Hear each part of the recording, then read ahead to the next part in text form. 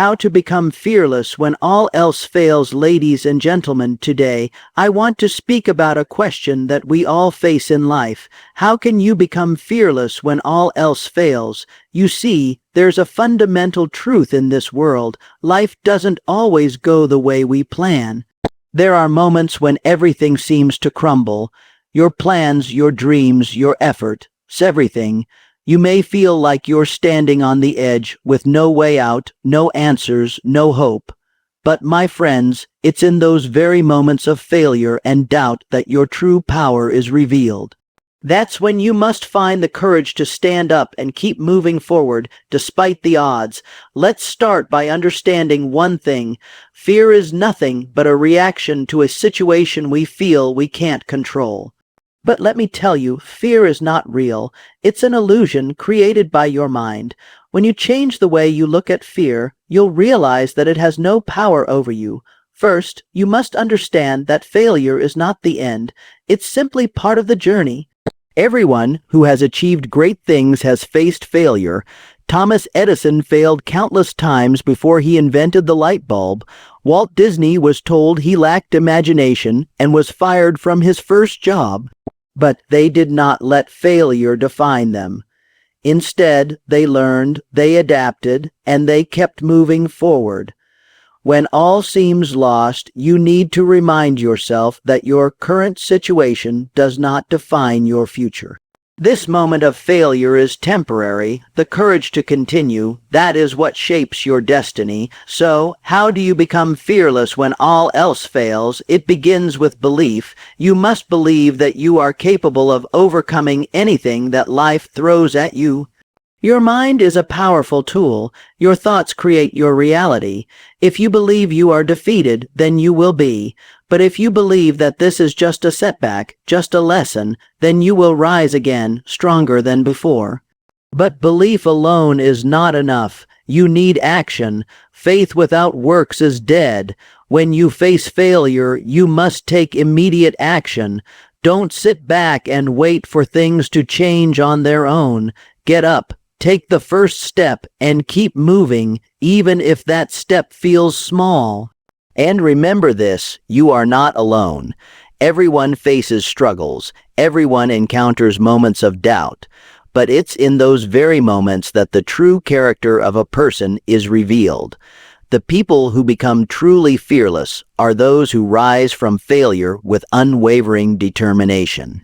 They know that fear is a natural part of the human experience, but they also know it does not control them. So, when all else fails, take a deep breath, stand tall, and trust that within you lies the strength to overcome any obstacle. You can become fearless not by avoiding fear, but by facing it head on, knowing that you have what it takes to conquer it. The world needs you, your dreams, your courage. The time to rise is now. Here are 5 key points for how to become fearless when all else fails. 1. Fear is an illusion created by the mind. Face it, don't feed it. 2. Failure is not the end, it's feedback for growth. 3. Belief in yourself is the first weapon against fear. 4. Action dissolves fear. Move forward even when afraid. 5. True fearlessness is rising after the fall, not avoiding the fall. 1. Fear is often one of the most paralyzing emotions we experience, especially in moments of uncertainty or failure. But when you truly examine it, you'll realize that fear is nothing more than an illusion. It is a mental construct, a reaction to the unknown, the possibility of pain or loss, but not an actual threat. Fear exists in your mind, not in reality. It's like a shadow that grows larger the more you focus on it, yet the moment you turn your attention away from it, it shrinks and eventually disappears. When faced with a difficult situation, our minds often jump to the worst case scenario. We imagine failure, rejection, or embarrassment before we've even taken the first step. But what's important to realize is that these thoughts are merely predictions based on past experiences or the fear of what others might think. In reality, most of the things we fear never happen. We spend a great deal of time worrying about what might go wrong, but the vast majority of those concerns don't materialize. What you fear is rarely as terrible as the story your mind tells you. The true power of fear lies in its ability to stop you from taking action. When fear grips you, it whispers, "What if you fail? What if you're not good enough?" And for many people, this is enough to halt them in their tracks. They never try, they never push forward, and they let fear control their lives. But this is where the illusion lies. Fear is not something that happens to you. It's something you allow to happen within you. It doesn't have to dictate your behavior or your future. It can only influence you if you let it. You've probably heard it said that fear is just a feeling, and feelings can change. Feelings are temporary. Just because you feel fear doesn't mean you are weak or incapable. In fact, it means you're human. Everyone experiences fear, but the difference between those who succeed and those who don't is the ability to act in spite of fear. The more you face your fears head on, the less power they have over you. It's like turning the lights on in a dark room.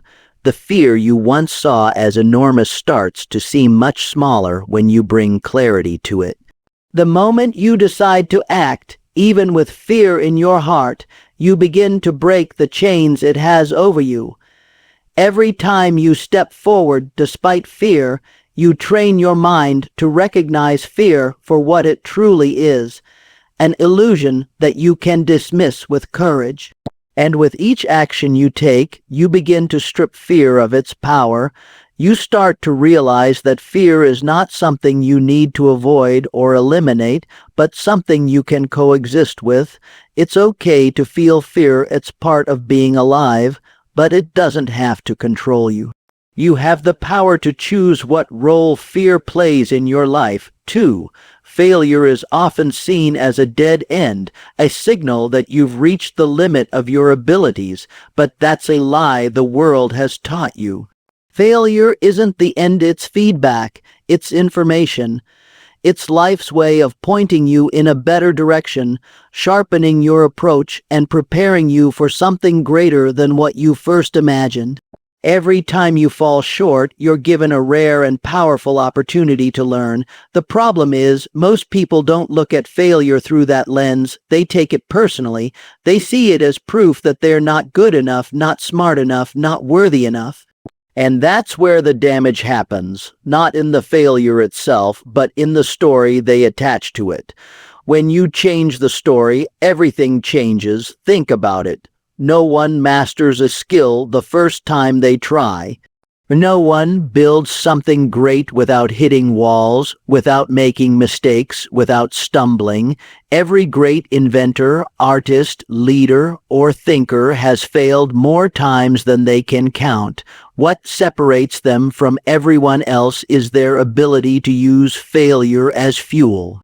Instead of shutting down, they asked better questions. What didn't work? What can I adjust? What did I miss? That curiosity, that hunger to improve, is what turns failure into a stepping stone. You've got to get comfortable being uncomfortable. Failure isn't pretty. It hurts. It tests your confidence and rattles your belief in yourself. But inside that pain is a seed of transformation. If you can sit with it, not run from it, not numb it, but really sit with it, you'll discover insight. You'll see patterns, blind spots, behaviors that need correcting. And that's powerful because once you see them, you can change them. You're not stuck. You're evolving, and growth doesn't happen in your comfort zone. It happens in the struggle, in the setbacks, in the moments where nothing seems to be going your way. That's why failure is never wasted unless you refuse to learn from it. The only real failure is quitting, giving up before the lesson has a chance to take root. As long as you're still trying, still adjusting, still showing up, you're not failing, you're becoming, and sometimes the worst failures turn out to be the best teachers. They force you to let go of things you were never supposed to hold on to. They strip away what's weak and reveal what's strong. They show you who you are when everything's on the line. The truth is, every champion you admire has a graveyard full of losses, but those losses didn't define them. They refined them. They kept learning, kept showing up, kept believing, and in time they found their breakthrough, not in spite of the failures, but because of them. Because when you treat failure as feedback, you stop fearing it. You stop avoiding it. You start welcoming it, knowing it's shaping you into someone who can handle more, build more, become more. 3. Belief in yourself is the foundation of everything. Without it, no plan, no strategy, no motivation will stick. You can have all the talent in the world, all the resources at your fingertips, but if deep down you don't believe you're capable, none of it matters. That quiet voice in your head, the one that says "I can," is more powerful than any external circumstance you'll ever face. And here's the thing, belief isn't something you wait around for. It's something you choose. It's something you build, one small step at a time. Most people look outside themselves for validation. They want someone else to tell them they're good enough, smart enough, ready enough. But if you rely on others to confirm your worth, your confidence will rise and fall with their opinions. Real belief starts internally. It's a decision to trust your potential, even when the results aren't there yet. It's refusing to let failure, fear, or doubt take the driver's seat, because sooner or later, the world will challenge you. Life will throw setbacks in your path, and in those moments, the only thing that will keep you moving is your belief in what's possible. The mind is a powerful thing. What you tell yourself over and over again becomes your reality. If you constantly feed yourself thoughts of doubt and negativity, you'll start to shrink. Your actions will reflect that mindset. But if you train your mind to focus on growth, resilience, and purpose, your behavior will shift. You'll begin to carry yourself differently. You'll walk into situations with the confidence that you can figure it out, even if you've never done it before. This isn't about arrogance, it's about ownership. It's about recognizing that you were born with something valuable inside you, and it's your responsibility to nurture it. You weren't meant to stay small, to play it safe, to blend into the background. There's something in you that's meant to shine, but it only comes to life when you decide to back yourself, fully and completely. Belief doesn't mean you won't struggle. It doesn't mean the path will be smooth, but it means you won't give up at the first sign of difficulty. It means you'll keep going, not because it's easy, but because you know you're built for it. When the doubts come, and they will, you'll remind yourself that you've survived every hard day before this.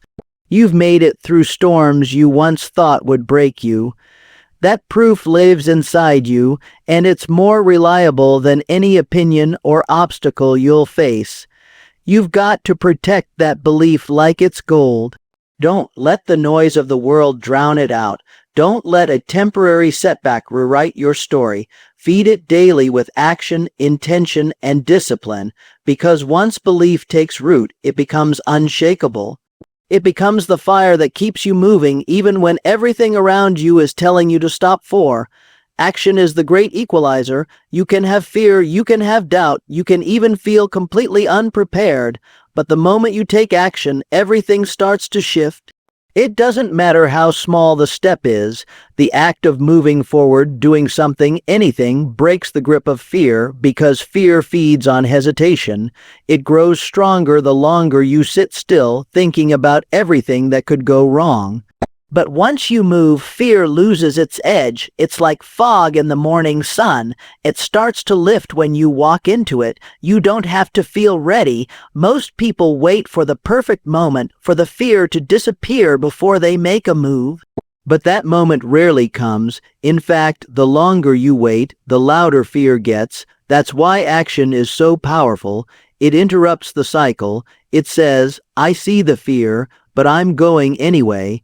And that simple choice shifts your energy.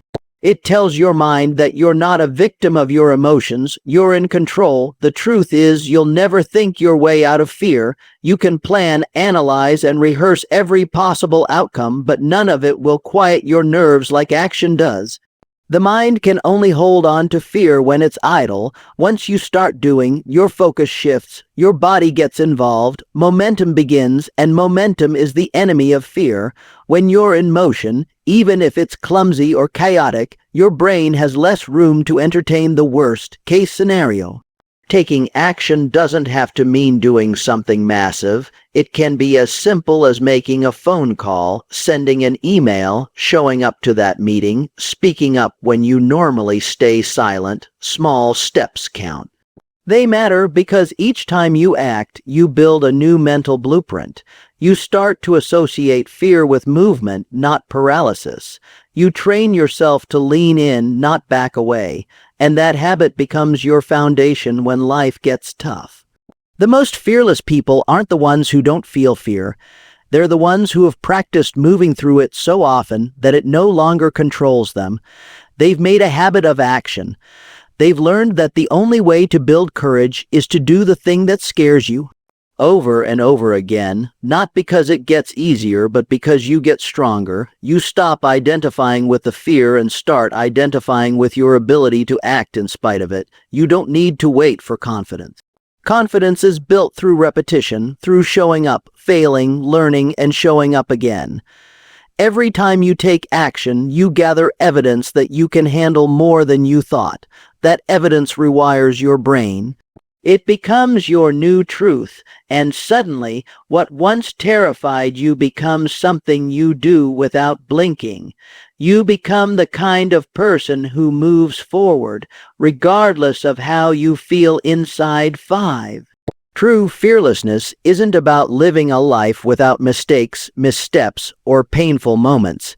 It's about what you do after the fall. Anyone can be confident when everything's going well. Anyone can feel strong when the path is smooth and the winds keep coming. But real strength shows up when life knocks you down, when nothing makes sense, and you're left with broken plans, bruised pride, and that sinking feeling in your chest. That's where fearlessness is born, not in avoiding the fall, but in the decision to rise anyway. Most people think courage means never failing, but that's not courage. That's perfectionism disguised as strength. The truth is, life will test you, you will fall, and when you do, the world will watch to see what you do next. Will you stay down, convince yourself it wasn't meant to be, retreat into safety, or will you dig deep, find your footing, and stand up even when your knees are still shaking? That choice is what separates those who merely dream from those who live out their purpose. Fear often disguises itself after failure. It doesn't always scream. Sometimes it whispers, "Don't try again. That hurt too much last time." And if you listen to that voice, you'll build your life around avoiding pain. But the truth is, pain is part of the process. It's not something to run from. It's something to rise through. When you fall, you're given something that's hard to find anywhere else: clarity. You learn what works, what doesn't, and more importantly, what you're truly made of. There's a resilience that only comes from rising. It teaches you that setbacks aren't stop signs, they're training grounds. Every time you stand back up, you're stronger than before. Not just physically, but mentally, emotionally, spiritually. You become someone who's been tested and proven, and that kind of confidence, the kind that's earned in the fire, is unshakable. It doesn't come from theory, it comes from experience. When you rise after the fall, you also inspire others. People don't connect with your victories nearly as much as they connect with your scars. They want to know that falling is survivable, that starting over doesn't mean failure, but renewal, that being knocked down doesn't mean you're finished. Your story becomes a mirror for others to see what's possible, and in showing up again and again, you give others permission to do the same. This kind of fearlessness doesn't mean you're immune to fear. It means you've trained your spirit to move through fear, to trust the process, to accept the fall as part of the rise. You stop defining yourself by the moment you fell and start defining yourself by the strength it took to stand up. You build a quiet, unshakable resolve, not the loud kind that seeks applause, but the deep kind that refuses to be broken. And over time, rising becomes your rhythm, your way of being, your natural response to adversity.